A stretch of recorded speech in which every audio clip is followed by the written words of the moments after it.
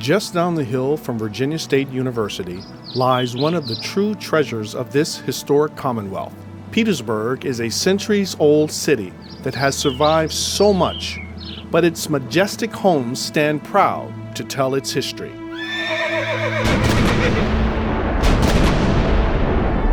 The city dates back to 1645, when it was established as a trading post on the Appomattox River. In the years since, it survived a major fire, a historic siege during the Civil War, even a direct hit by tornado.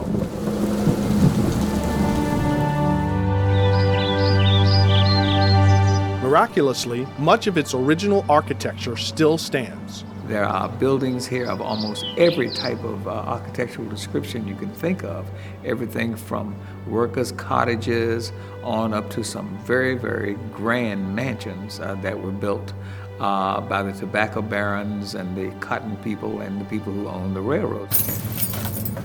Lucius Edwards is an archivist and historian with Virginia State University and says that the homes are more than just interesting architecture.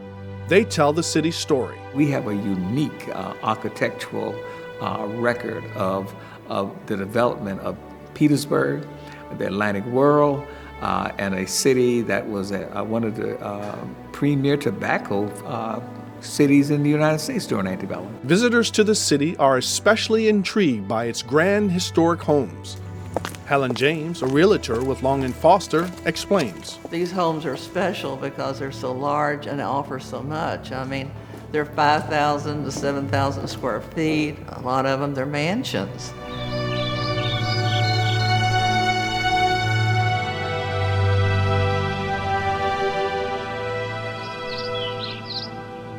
This is the Sycamore Sweet. It's a 2-room suite. Tina Burtonshaw owns the High Street Inn, Katharine Hepburn, which counts Katharine Hepburn among its most famous past guests. The fame for this room is that Katharine Hepburn stayed here in 1986. Apparently she and her driver and the lady she was traveling with had a fender bender close by, and they had to stay here overnight.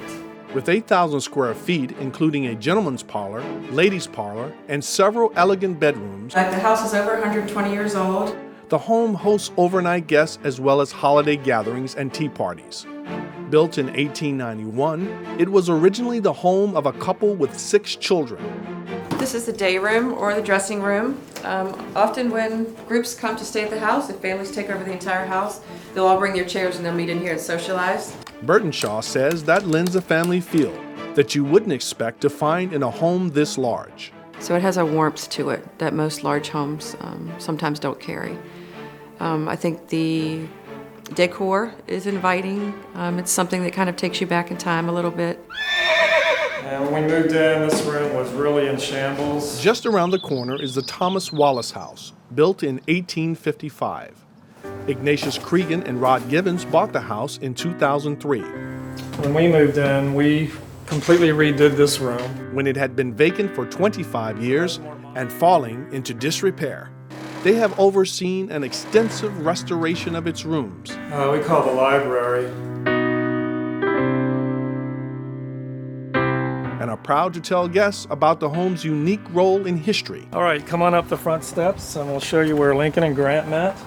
In 1865, President Abraham Lincoln and General Ulysses Grant met on the porch, overlooking a crowd of soldiers and residents.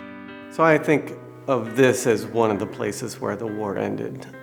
Lincoln and Grant had only met 3 times in their lives, and this is probably the longest meeting they ever had. Let's walk this way and I'll show you what we call the marble room because the floor is made of marble. Dan Lipford owns the Nora Fontaine Davidson house, which once served as a school for girls.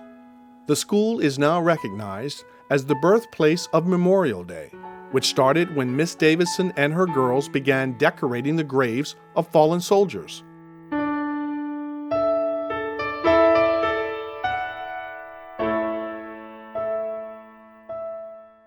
Lipford says that this grand home is made more special by its Petersburg location. You have everything here or within a short distance that you would have in any major metropolitan area.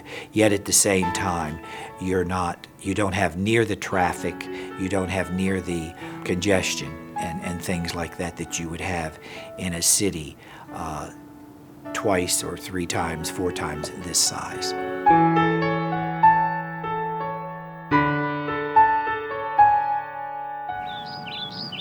This house has so much charm. Handy Lindsay's home on Adams Street was built in 1842 and has its own quiet history. When the house that I live in was being restored, the workmen discovered a cannonball embedded in the fireplace. During the Civil War, when roads were often blocked, even the cemetery was beyond citizens' reach. As a result, Captain John Pollard lies buried in the backyard of his former family home. And it leads right into the dining room, but Lindsay says the home's 12-foot ceilings, pocket doors, and natural lighting made it attractive, but the price made it irresistible. My house, if it were in Richmond, would cost at least twice as much. If it were in Washington, D.C., it would cost 3 to 4 times as much.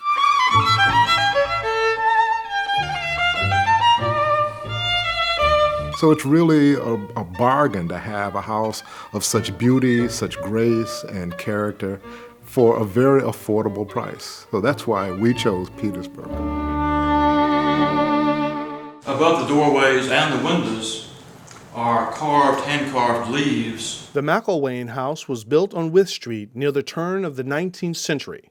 When a road project threatened its original site in 1972, the house was moved to the heart of Old Town Petersburg. If you look at this door, for instance, Alexander Graham purchased the home in 2009 and is especially proud of its interior woodwork. This is a sunburst, which has caught the attention of historical architects at the Smithsonian Institution. My carpenters carved these by hand. He says that buying the home was not just a point of personal pride, but a sound business decision.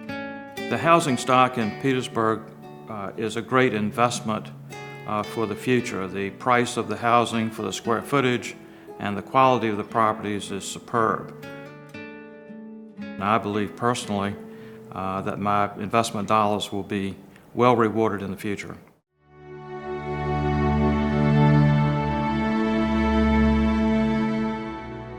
With so much available for so little money, Petersburg has been called Virginia's best-kept secret.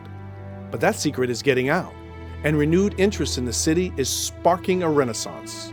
Come to the city, walk around, ask questions. There are people in the city of Petersburg who can answer those questions. You could really have a great time in Petersburg doing historical things, great restaurants and everything else. It's really a nice place to be.